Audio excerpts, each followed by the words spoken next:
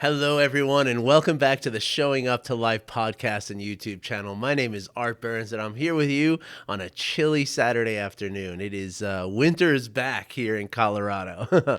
We had a few days of downright spring weather, but here we are back in the chilly, chilly winter. And I hope wherever you are that you're really taking an awareness of the weather, but in a non-judging way, right? Because especially at this time of year, this is a very special time of year where the changing of the seasons is happening, right? Winter is releasing her grip, and that happens a little bit at a time, not all at once. It's not a monolithic, just sudden change that we see as we transition from the cold and dark winter into the bright and sunny and life-filled spring.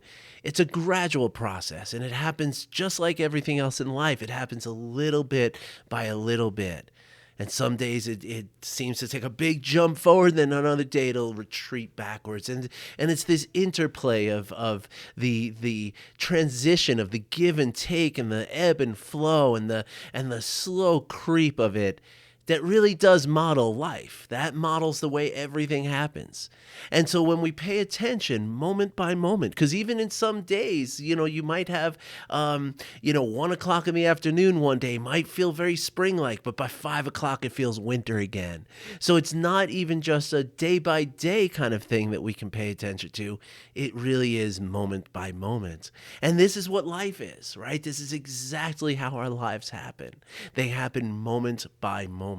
And when we attend to each of those moments, as we attend to the eternal present moment, well, that's when we're showing up. We're really here for whatever it is that's happening. And if we can stay with it, then things like anxiety and things like depression and things like, the stress that we feel in our lives, these things become much, much more manageable, right? Because if we're attending to the present moment, which is when everything happens, we see the anxiety, we see the depression, we see the stress, and we see it in its sort of nascent form so that we can do something about it before it becomes this big, huge, messy, and difficult thing. And that's what the practices that I talk about here are all about, right? So today I wanted to talk about, I was in a conversation the other day with a guy who's also a coach. I don't know him real well. He's, just an associate on Facebook, basically. And he digs my content, and I dig some of his content. And so we kind of get into conversations here and there. And the other day, he posed a question about children. And, his focus is much more on parenting. I work with children also, and with parents. But his thing is really like a parenting kind of coach kind of thing. And he does that through his own parenting too, which is really beautiful. It's always nice to see that, which I do that as well. I mean, I definitely apply everything that I talk about, every single thing that I talk about here and in the workshop I taught this morning, in every one of my client meetings. Everything that you hear me talk about, I am working on here in my own life, in my family, in my mind, in my emotion all the time.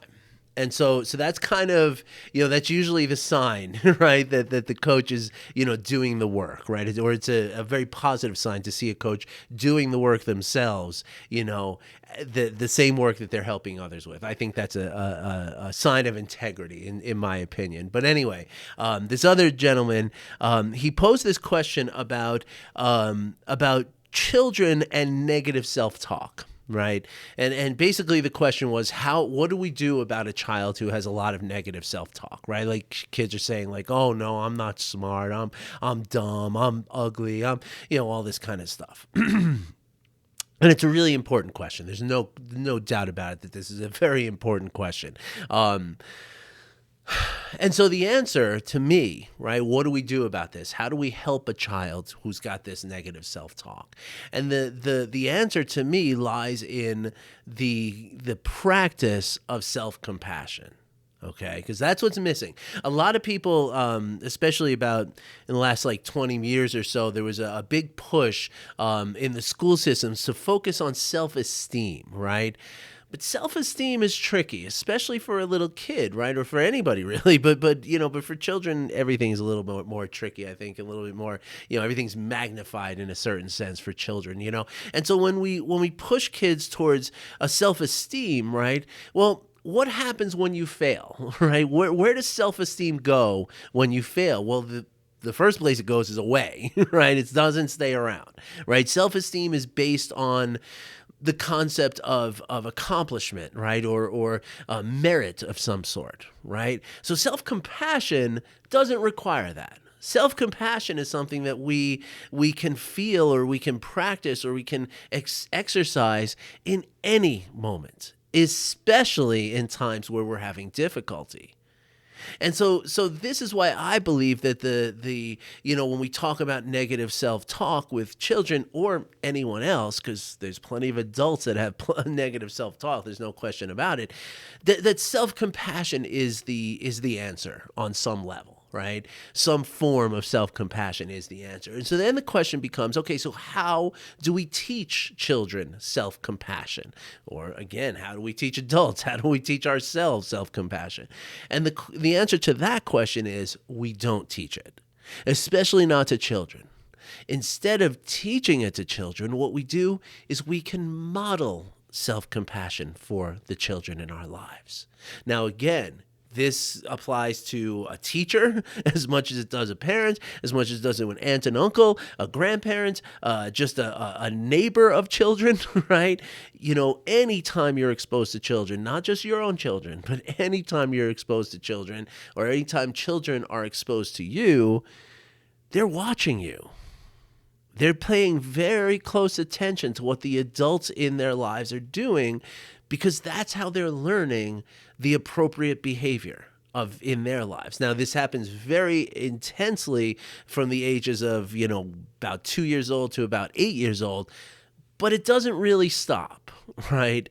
I mean, there's always a sense of kids are always kind of, they're absorbing what the adults around them are doing. Right now, of course, if you're the cool aunt or the cool uncle, then kids are looking more up to you, and certainly as a parent too. They might never tell you that they're looking up to you, but they are, right? And so the answer then is not to teach children self-compassion, but instead model self-compassion for them.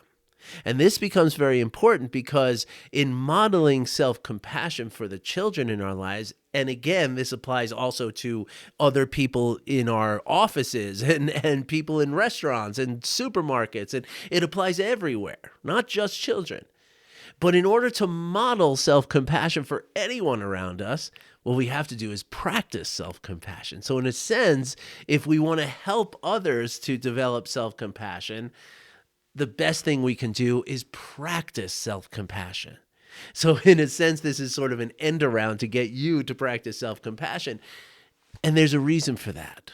Okay, self-compassion is one of the most vital skills that we can have. Right? It actually opens us up to even emotional intelligence, which is, I taught a workshop this morning about emotional intelligence. And I mean, it's, emotional intelligence is by far, in my opinion, one of the most vital skills we can have in our lives. In fact, Daniel Goleman in his book, Emotional Intelligence, I happen to have it right here because I was referencing it. Oh boy. I just dropped a bunch of stuff in my tea. That's no fun. But anyway, emotional intelligence, it adds to patience, right? Like I could have just gotten really upset that I dropped a bunch of credit cards that I took out of my wallet. And they all went right into my tea. So I don't know what's grosser, that the credit cards are dirty or that my tea's dirty. But anyway, emotional intelligence. Why it can matter more than IQ. Okay? And what he means by that, right, is that because our whole lives are based on, the interactions with each other, right? That how we respond emotionally to the circumstances and most importantly to the people in our lives, that matters a lot more than IQ, which is just this sort of abstract, measurement of intelligence that happens in a bubble, right? And so self-compassion and kindness in general can really help us to gain the self-awareness that is required of of emotional intelligence, right? Emotional intelligence is built upon the self-awareness and the self-regulation and empathy, and these are the ways in which we can cultivate emotional intelligence. So these are really the domains in which emotional intelligence lives. And so self-compassion can be a really effective way to open ourselves up to the awareness of emotional intelligence. Okay, so my point here, a very long belabored point here, is that it's not just for the kids, and it's not just for everyone else in your life. Self-compassion is very important for you, and it doesn't matter how how already self-compassionate you are. Okay, because we could all use more. It's like you can't have too much, right? And so when I say that it's not about teaching self-compassion, but instead it's about modeling self-compassion, what is it that I mean by that? Well, or better yet, how do we do that, right? And so one great example, and I did a TikTok video of this earlier,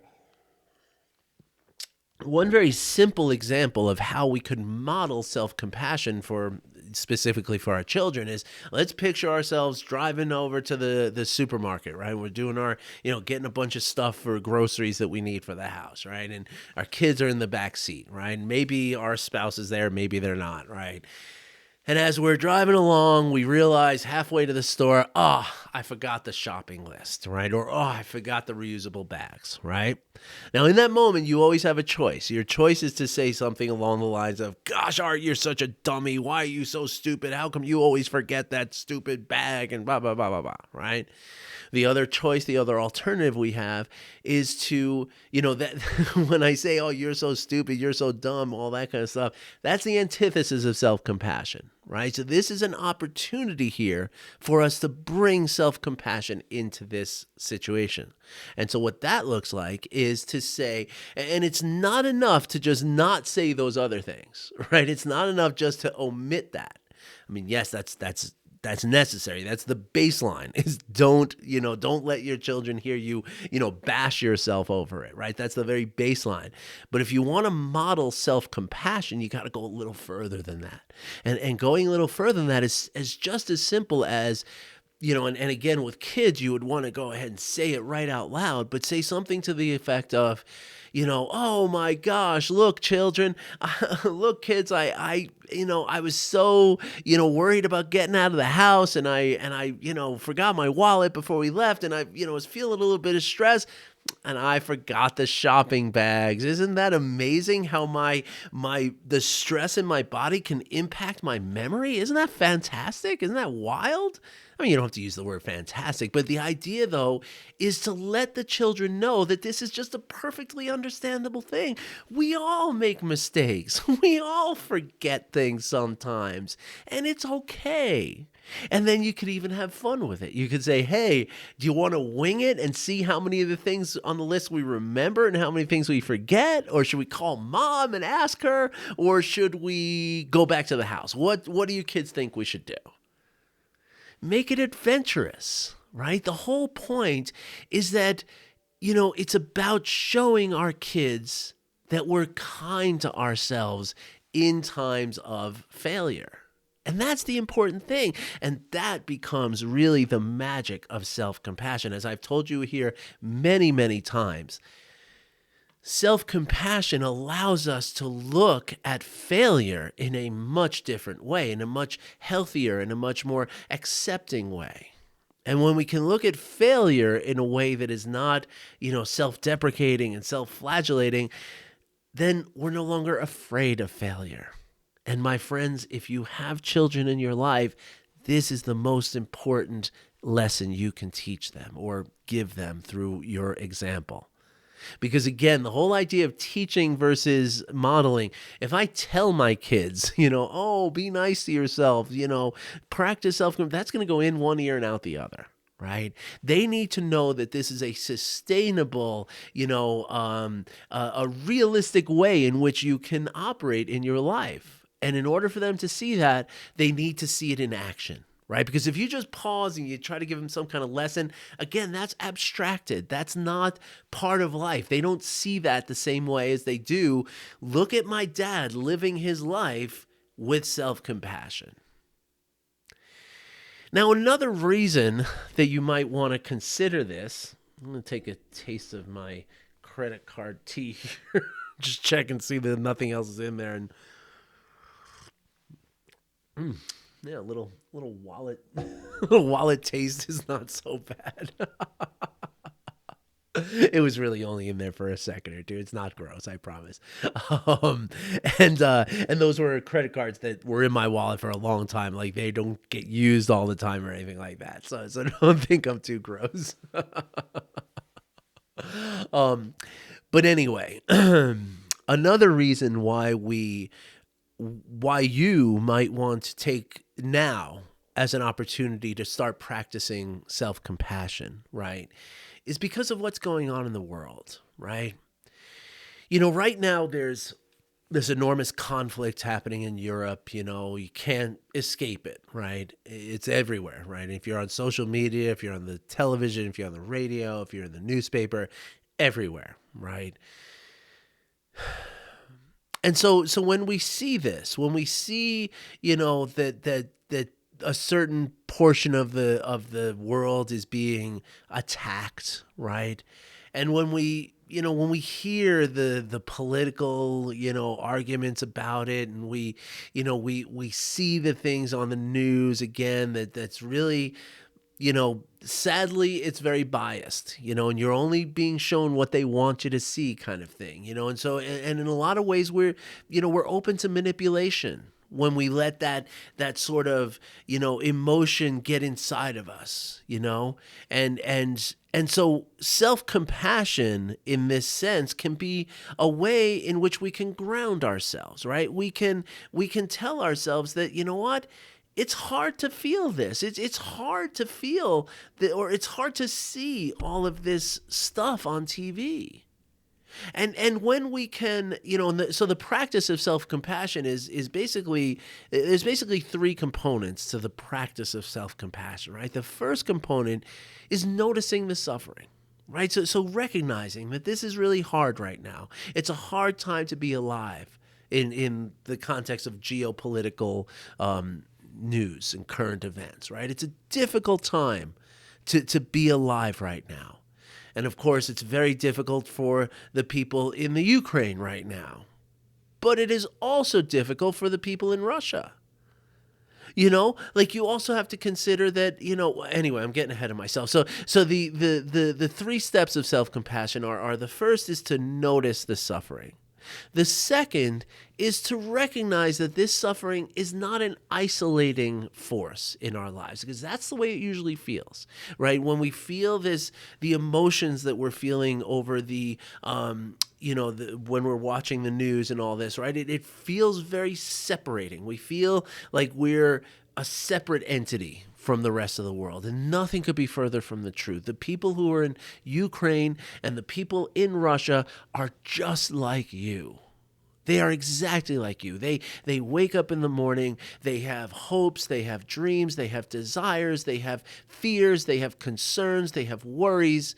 There are days where they don't feel healthy. There are days where they feel very good. There are days where they in any given time, they want to be free from suffering just like you and me do. They want to be happy in their lives just like you and me do. And so when we can practice self-compassion, that second part of self-compassion is recognizing that we're not different from all these people. Our experience is not different from all these people. It is very much the same.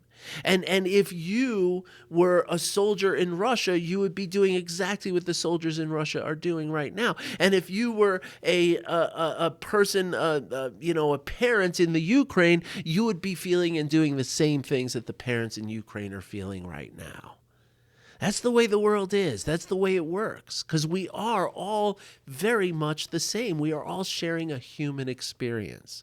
And so self-compassion and compassion for others, you can see that there's a not really very solid line here, right? It's a very blurred line between compassion for myself and compassion for everyone else, right?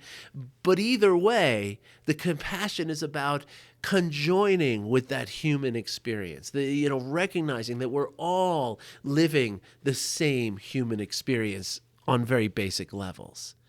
And now the third step of self-compassion is to recognize and to adjust the way in which we soothe ourselves and comfort ourselves, right? A lot of times the best way to kind of sort of see self-compassion is to, you know, imagine instead of you in this difficult situation, whatever that is, right? Whether it's, you forgot the bags at home, right? As you're on your way to the grocery store. Instead of you being in that position, what if it was somebody you love, Maybe not your spouse. That might not be the best example, but maybe it's a best friend, or maybe it's maybe you could picture someone who is from the Ukraine, right? Driving to the store and forgetting their shopping list, right? What would you say to that person? Would you say, oh, yeah, you're so stupid. How could you possibly be that dumb to forget the shopping list again? You wouldn't say that to someone. You wouldn't say that even to someone you didn't like, probably. No, you would say, it's okay. We all forget sometimes. Doesn't mean anything. It's okay. It's just a shopping bag. It's just a shopping list. Life goes on. That's not to say that we diminish it. It's not to say that, suck it up. But it's to say that we can forgive ourselves. Like you would tell a loved one, forgive yourself for this little mistake. Don't go so hard on yourself. And so that's what we can tell ourselves too. And again, if we can do this out loud, if we can do this so that the whole world sees us doing it, maybe we start inspiring some other people, whether it's the children in our lives or, as I say, the adults too, right? And then this opens us up to even deeper kindness and deeper compassion, so that when we do see things on the news, we have a more sort of open and balanced view of it. We're not so easily manipulated at that point. And instead of, the emotions that the news programs and stuff are trying to inspire, emotions of anger and resentment and they're trying to get you to feel that, and you don't have to, right? You can instead feel compassion for everyone involved. You can feel kindness for everyone involved, and you can hope for the well-being of everyone involved. And at that point, we can recognize that even the world leader that we might see that the news is telling us is responsible for this whole thing, well, we know that he's not operating in a vacuum either. He's got people around him advising him. He's got people around him pressuring him. And it also can open us up to the idea that, well, maybe there's a real fear involved. Maybe there's a real worry involved. And so that is worthy of our compassion, not our anger. And honestly, if all of us could do this, well, then there probably wouldn't be so many invasions. There probably wouldn't be so many conflicts in the world. Like the Dalai Lama says, if we can teach every fifth grader, if we teach every fifth grader how to meditate, world violence will be gone in 2 generations. There will be no more war in 2 generations. And I believe that. And so it starts with us. It starts with you watching this podcast and this YouTube channel and taking the tools that I talk about here and applying them to your daily life, to your moment-by-moment experience. And if we do that, then it spreads. It spreads automatically. It's not even something, like I said, you don't have to teach it to anybody. You just practice it. You just be it. As Thich Nhat Hanh says, if you have a family, and one person practices mindfulness in a family, the rest of the family will automatically become more mindful. Because it's an energy, and that energy spreads, and that energy becomes attractive because there's a happiness in that energy. There's a well-being in that energy. And people are drawn to well-being and happiness. All right, folks, I hope you enjoyed this wide-ranging episode today. It's actually already it's almost 6 o'clock in the evening. So this is highly unusual for me to do a podcast this late. But I know that I've missed so many days with all of you, and I miss you. And I've gotten some messages. I know you miss me, and so here I am showing up here at well, I really should be making my kids dinner right now, and I'll practice self-compassion in front of them as I work to catch up. But I hope you enjoyed this episode. All right, everybody. I wish you well. I'll do my best to do another episode tomorrow, but tomorrow is Sunday and it's a very busy day. We'll see how it goes. All right, everybody. Thank you so much. I wish you well. Take care.